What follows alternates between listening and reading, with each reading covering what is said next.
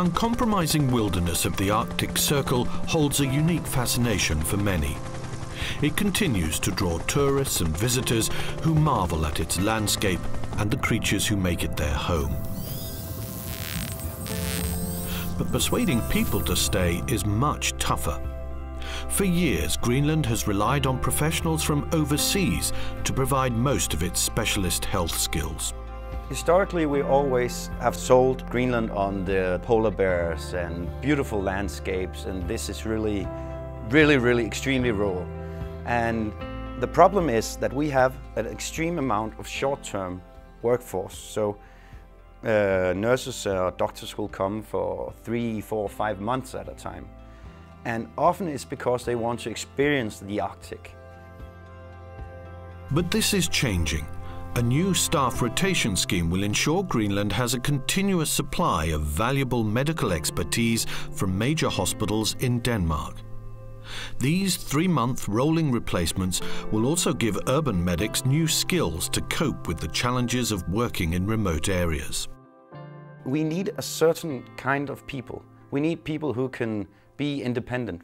You don't have a big staff of experienced doctors behind you. You have to be able to make your own conclusion, and you have to be able to react.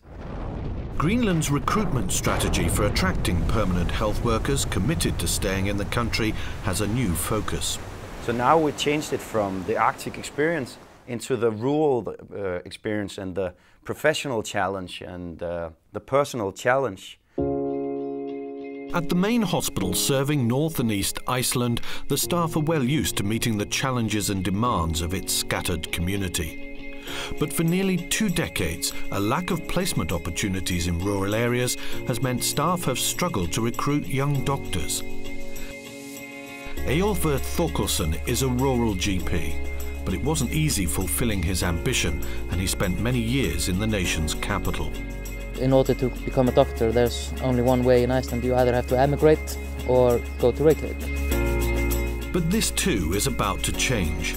The government's been persuaded to place half of its 12 new GP training posts in rural areas, where the young doctors will be supported and mentored by staff from local health centres. When they see the benefit of having a GP trainee post, they probably want to do more and to have more posts available, because I think everybody understands the importance of having enough healthcare professionals in rural areas. I think that's a big step forward. It could, some might say it's a minor step, but I think it's the first step in a long journey, which I think we're moving in the right direction.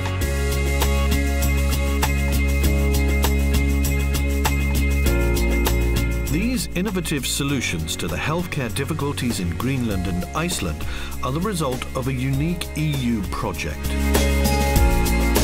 The work of those involved has produced an impressive collection of ways to overcome recruitment and retention issues, not only in the healthcare sector, but also in the wider public services in remote and rural areas. There was the potential really for this project to rediscover what was already known, to kind of reinvent the wheel, so to speak. But there was also the potential to actually draw on what was known and to go to the next level, to take it further, and that's what's happened. It's really been truly exciting to see the success, the achievements, the momentum, the impetus that the Recruit and Retain project has developed. Good morning. Good morning. Achievements readily acknowledged by the British government minister who attended Recruit and Retain's final conference in Northern Ireland. She praised what she called their valuable work. It's very important because obviously we want to be able to have the right level of service right across, and it doesn't matter where you live, whether you're a rural dweller or a city dweller, so that's why it is important to have conferences like this, and indeed the programme, which is run for quite a number of years, so very important programme. That's why I'm here today. The minister heard that the key to Recruit and Retain's work was transnational cooperation between areas of similar geography and population makeup. That, as the project's Enniskillen Declaration made clear, there was no single solution to the recruitment and retention difficulties in remote areas. Thank you very much. The project identified a package of 29 products and services over the course of 3 years.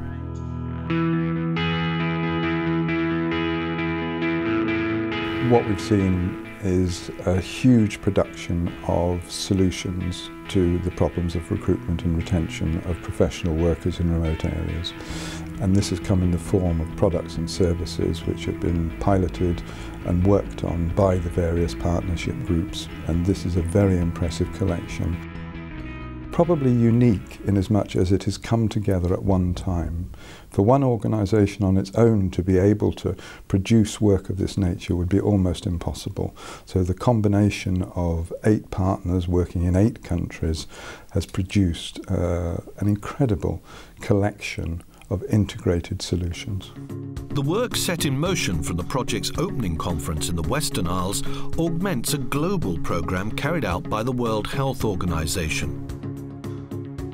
Recruit and Retain was conceived as a Northern European project involving partners from Norway, Sweden, the Highlands and Western Isles of Scotland, Northern Ireland and the Republic of Ireland, Iceland and Greenland.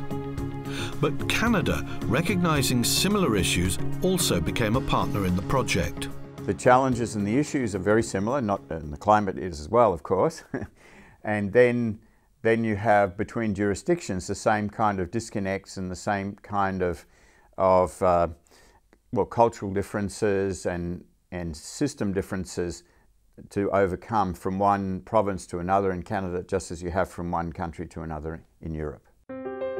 In the border areas of Ireland, emergency staff from the Republic of Ireland in the south have been working with their UK counterparts from Northern Ireland to overcome these system differences to improve responses to road traffic collisions.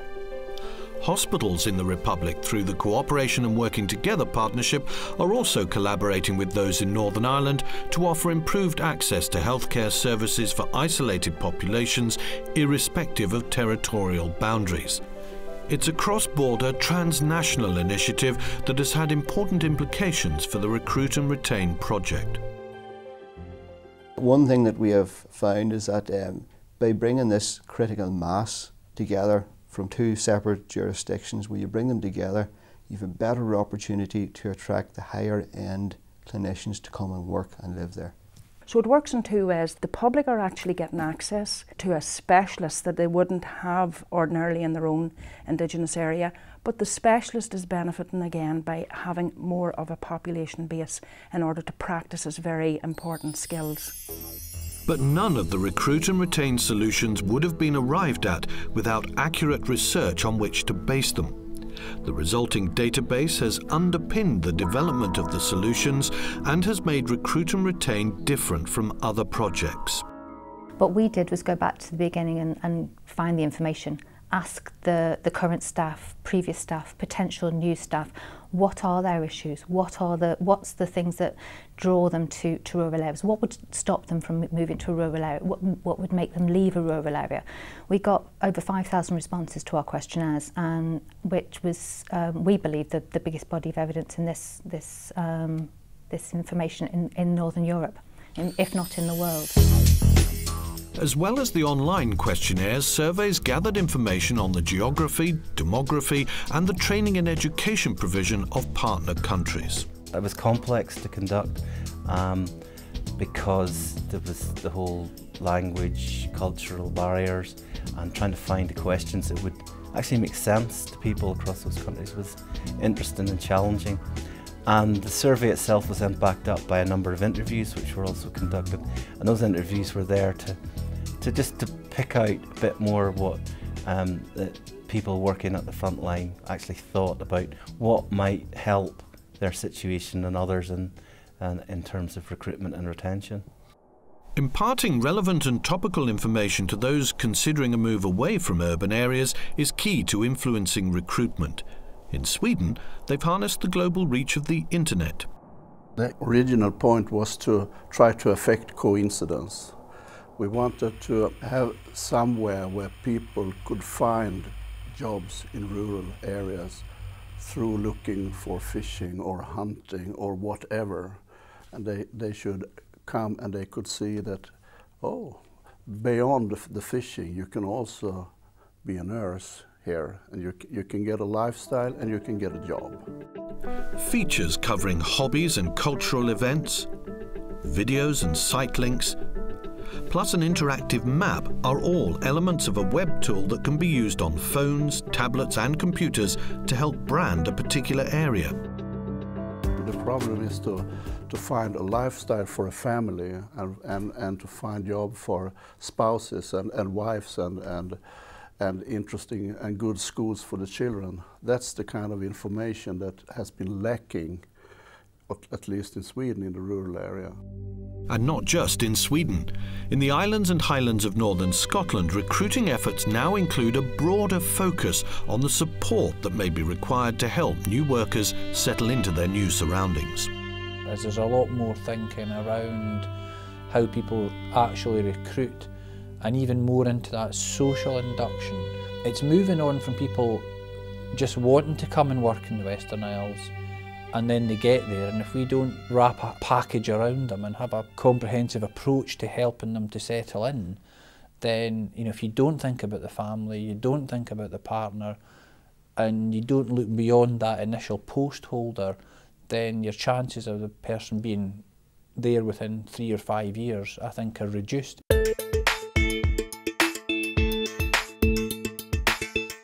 Lifestyle and professional achievement may well be important elements in the videos aimed at attracting new professionals to rural areas, but the effort also needs a structured approach, a need for human resources and clinical managers to identify and provide resources for organising recruitment activities.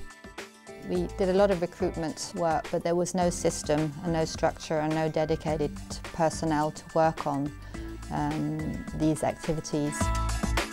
The Yearly Wheel is a management tool designed to help overcome this.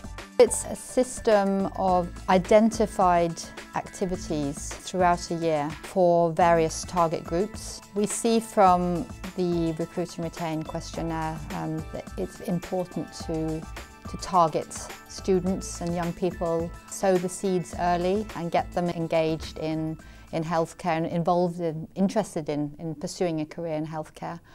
And also pursuing a career in a rural area. We also saw the need to promote the rural areas in a better way and to highlight the benefits and the opportunities in working there. Central to Recruit and Retain's work has been rigorous peer review. In a novel approach for a Northern Periphery programme, a new body, IPSEG, the Internal Product and Service Evaluation Group, was formed to do this. We would ask questions of the participants in the partner organisations across all the countries about their experience, about the process, about the outcomes, and then feed back the findings. And then I think that helped to focus the further development of the project and really improve the outcomes for everybody. But it's another innovation, the Strategic Management Group, that will ensure the project has a wider impact. It was formed after the Northern Periphery project recognised the solutions being developed had the potential to be useful beyond the core health services Recruit and Retain was initially asked to address. The monitoring committee who is deciding, who is making the formal decision about who is going to receive the funding, became more eager, and they saw that it was a well-organized project. There were some very well-reputed organizations on board, and they got the idea, why not broaden it to the public services in general. So that was one of the motives. Because it's not just healthcare services that find attracting and keeping staff a challenge in remote and rural areas. 3 Recruit and Retain solutions have already been taken up by other public sector services, and more are being piloted. It's a process, and you need to start the process from somewhere where you got some substance. And now we have some substance with the 29 products and services produced. And that substance will be picked up by regions. You will see that in future, and form different type of new collaboration entities or collaboration structures, and start working with recruitment and retention. But sooner or later it will include other type of collaborations as well, not only related to recruitment and retention, because they see collaboration works. As a result of that collaboration, Recruit and Retain has delivered numerous products and services that can be adapted to help overcome problems across a wide range of public services in the isolated and scattered communities of Northern Europe. I see what is being produced by this project is not only very usable by local authorities, and every local authority in Scotland has a rural peripheral area, but I see it being used by the police people like the fire service and indeed the police service.